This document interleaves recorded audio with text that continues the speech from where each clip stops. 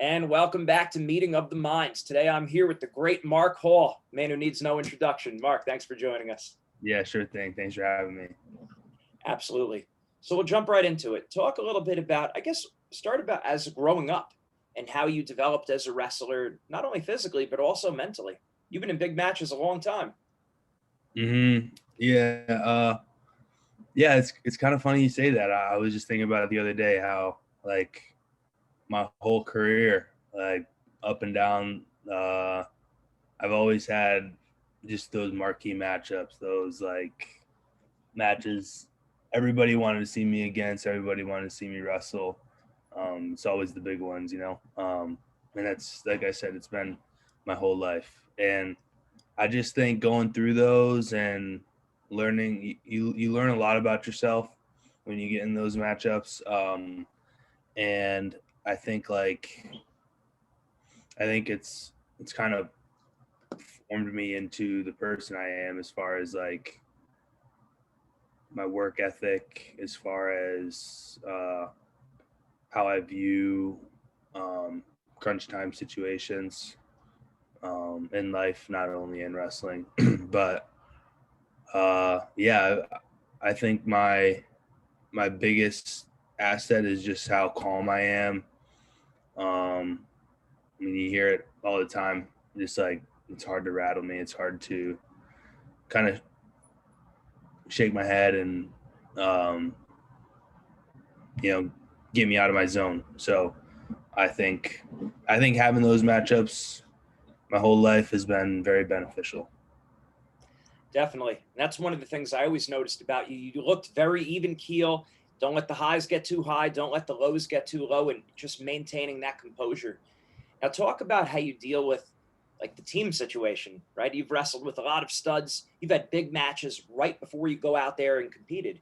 I'm sure some of the times maybe you mentally dealt with it right, sometimes not so right. What are some of the things you've learned about that with dealing with the pressure of the team? Uh, yeah, I think that's been like a whole nother beast. You know, everybody has big matches every once in a while. Like you're gonna get a big match that you have to win for maybe like seeding at the NCAAs or something, um, or just your satisfaction alone. Like maybe it's a guy you haven't beat before, but in most of my big matches, so like in those ones, there's no like team aspect to them. It's just you and the other guy. Whether your team is going to win the duel or your team's going to lose the duel, there's not a lot of like team implications. And so this year, or my senior year, a couple other matches, every match at NCAAs for me, like every match has like team implications, and it gets so tiring to think about sometimes. But if you do it right, I always use the team aspect to like motivate me. Like I used it as more of a reason to win than to just go out there and go through the motions, or not wrestle to the best of my ability. I think it's helped me a lot. But yeah, man, having like a team part of the sport as well, really like fires me up. I've always been a team guy. I've always been team first. I love seeing the people around me succeed as much as I am. So I really like it. Awesome. And how do you maintain your energy? How do you manage your energy during a 2, 3 day tournament, right? There's a lot of time that you spend in your own head. What do you do there? Mm-hmm. What do you tell yourself? Yeah, there is. I mean, making weight and all that, like having to go through the tournament, like doing eating like half capacity pretty much. Yeah, everything, like any type of competition, everything gets a little hectic, and you kind of gotta kind of keep your nose forward and like just kind of move through it, sift through it like you would anything else. It's not easy. I always think the guys who do well in tournaments are the good ones. You know, if you have a guy that does well in duels but not tournaments, I think because the tournament you got 3, 4, 5 matches in a weekend, and I always like whenever I was getting ready for tournaments, you know, you get your body ready for the most part. I mean, that's going to be the hardest thing, waking up sore the next morning. You got your finals match or something. And then after the tournament, you will indefinitely wake up sore after the tournament on like Sunday or Monday, getting ready for school or something. And I just think one thing I've learned is just learning how to take tournaments one match at a time, not looking forward too much. I think that's what helped me all throughout my career. I was never on the backside of a bracket. You know, no matter what tournament I went to, it was first or second. And so, I mean, second sucks, but looking back at it, it could have been third, it could have been fourth, it could have been fifth. So really just keeping my mind right and being able to do that is special enough, you know? Absolutely. What are some of the things you're telling yourself before a match and then also during a match? So how do you keep in that optimal mindset where you're going out there, you're looking to score points, you're looking to dominate? Obviously, that's one frame of mind. And then there's also the things aren't going so well. Maybe we got scored on. Maybe things aren't going that way. What are you telling yourself then? So I guess that's two separate questions. Yeah. Well, first, like before a match, before a duel, before anything really starts, I'm just kind of letting myself know that I've put the work in. I've done everything I need to do. It doesn't have to. There's nothing I can do like right before a tournament that's gonna make me like perform way better. So I just know like the days prior, weeks prior, I am ready. And then another thing that I really just kind of go through and tell myself is that actually I love telling myself I'm going to rip the guy's head off. That's my every match before I go out, I tell myself like, man, this guy's going to be headless when I'm done with him. You know, that's like, and it's not like a cocky thing. It's not like trying to like prove that I'm better than everybody else. That's not it at all. It's just like, it just kind of brings out, because I've always had a problem with being like kind of like a Mr. Nice guy on the mat, you know? So having that mindset and having that those thoughts kind of like help me get out of that. I try my best to be a clean bully, you know? Like I'm not gonna go out there and punch somebody or be dirty, but I will go out there and like wrestle you hard for 6-7 minutes and be a bully, be a jerk, and like, because wrestling's not an easy sport, you know? So and things aren't going your way. Maybe you get taken down, you get scored on. What do you tell yourself then? Yeah, and then at that point, like once the match starts, you know, you always want to start off on the right foot, but it doesn't always happen like that. And I guess one like something I try to do is, and I think it helps me stay calm and relax, is just like I like mess around in my head, you know. I like if someone takes me down, I'll be like, wow, that's annoying. I can't believe I just got taken down like that. And I'll get back to the center, get up, get my one, and go get a takedown on my own kind of thing. I know, or like another thing is like if a guy like throws in a boot on me or tries riding me hard on top, in my head I'm like, yo, this guy doesn't know he's about to get reversed.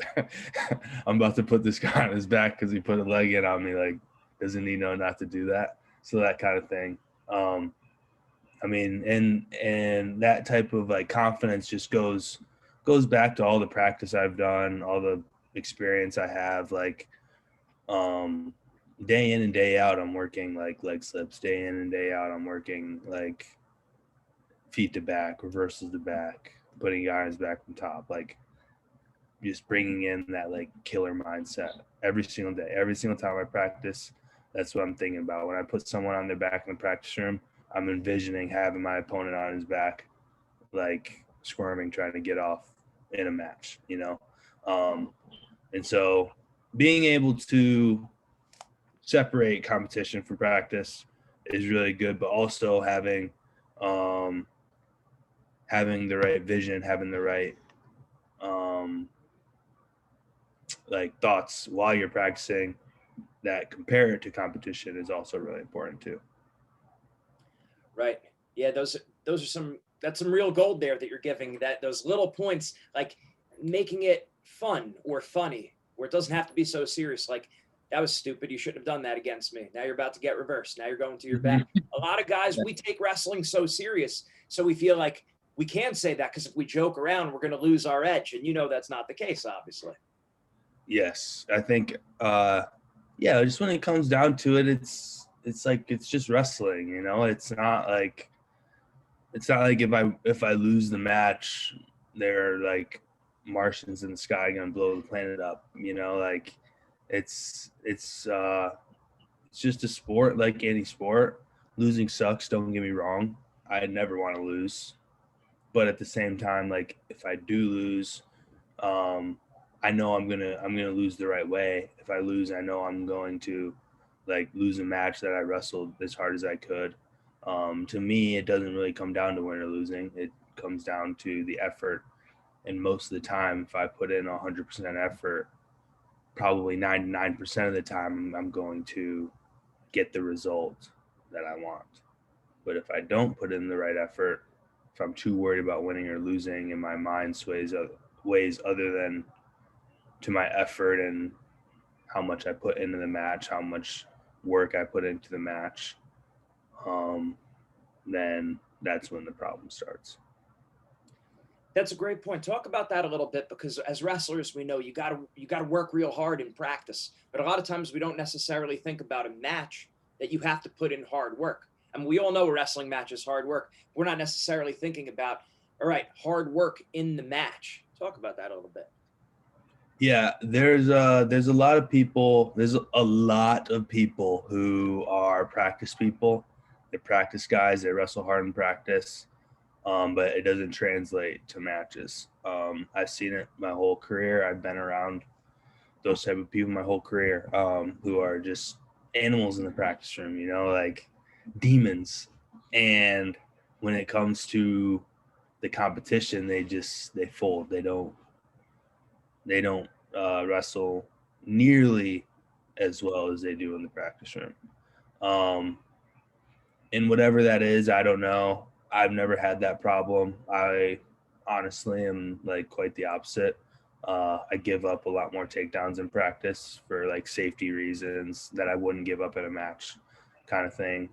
I still wrestle hard in practice, but I feel like positions translate more in my favor in competition. But the bottom line is just that whether you're practicing or competing, there's really no difference in that. I'm going to be wrestling as hard as I can, as long as I'm on a wrestling mat. And when I'm drilling, I'm going to be drilling as hard as I can, as long as I'm on a wrestling mat. If I'm sparring, I'm going to be sparring as well as I can for my partner and for myself, as long as I'm on like this wrestling mat, you know? And to me, like everybody says like, oh, well, like, how do you flip the switch? Like, how do you like go from practice and at Penn State, we had a little bit more of like a comical environment. Like, everybody was on the same page as far as the wrestling goes, and our training regimen. And like, it's like people ask like, well, how do you flip the switch? Like you guys like messing around in the practice room and stuff. And as far as like messing around, as far as like joking around and just hanging out with our friends, you know, like our teammates are our best friends pretty much. So, and then go from that to like a couple hours later, you know, we weigh in, we go and beat the crap out of some team, and then we go home, you know, that kind of thing. People ask, how do you flip the switch? Well, for us, it's like, there is no switch. You know, we all have our own personality. We all get in the wrestling room.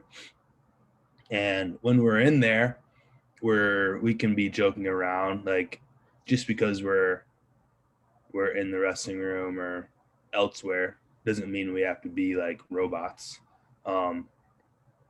And yeah, we do a good job of like just having the right attitude going into a match. Coach Kill sets us up really nice and like has us ready, you know, and that just comes from, like I said, just having the right attitude and wrestling hard at all times, no matter what wrestling environment you're in. Makes sense. Does it keep you away from thinking about like the rankings or the records or dealing with interviews, like all the media and everything else that goes on top of it? Do they talk about that a lot, the coaches there? Yeah, they do. They make a pretty good. They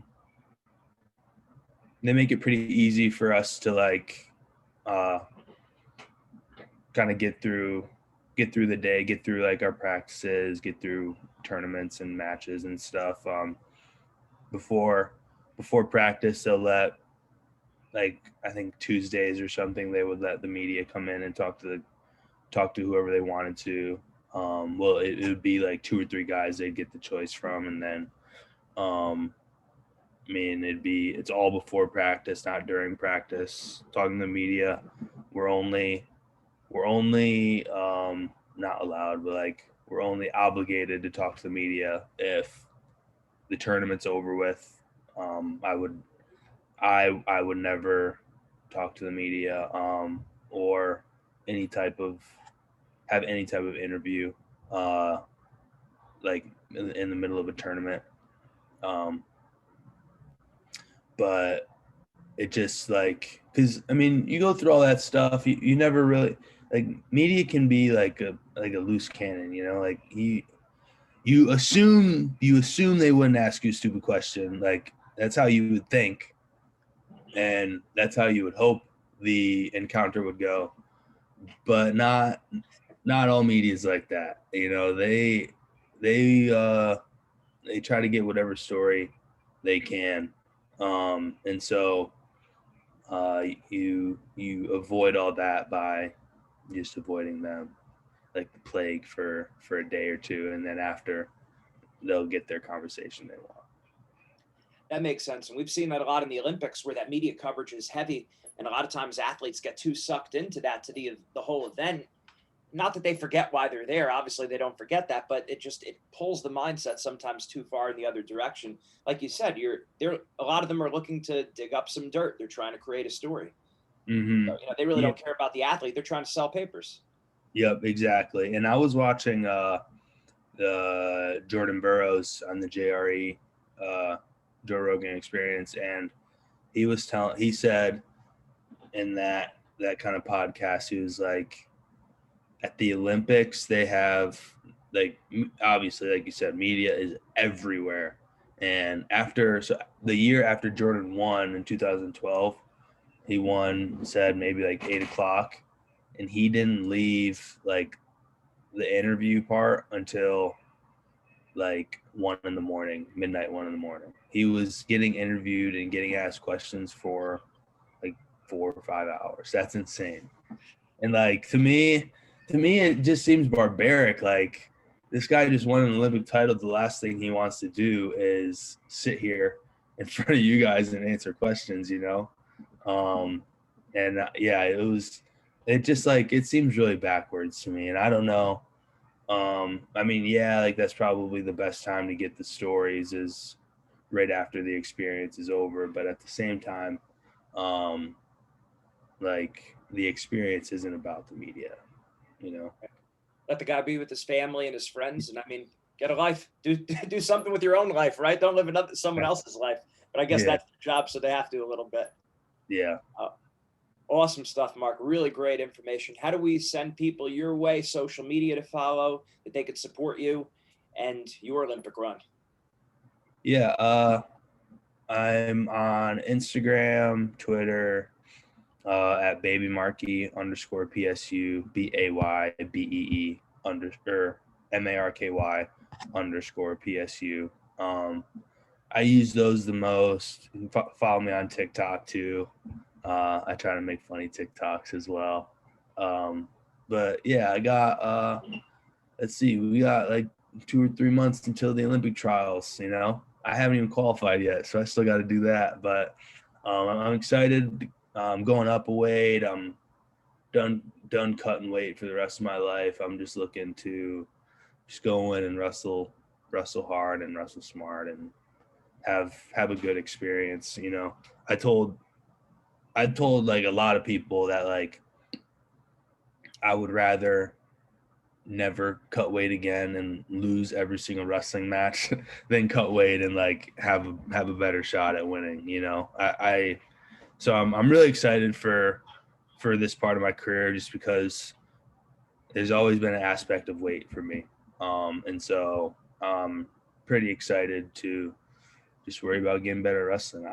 There's not an ounce of me being in me that will ever like have to cut weight again. So that's going to be good. And so I'm really excited for the future. Thank you for having me. I'm excited to, I wrestled January 29th on Summit 1 on our PRTC Rockfin. For everyone who might want to tune into that, I'll be wrestling Nate Jackson, and we'll have a pretty good card outside of myself too. So I'm excited for the future. Thank you. Us too, Mark. Thank you for joining the show. And that's go out there and rip his head off. Nothing against him. We'd be saying that for anyone, right? It's not personal. Yeah, he's not special. He's gonna get the same treatment anybody else would get. So hopefully it goes as well as I plan. That's it. Thanks a lot, Mark. Appreciate it. Sure thing. Bye.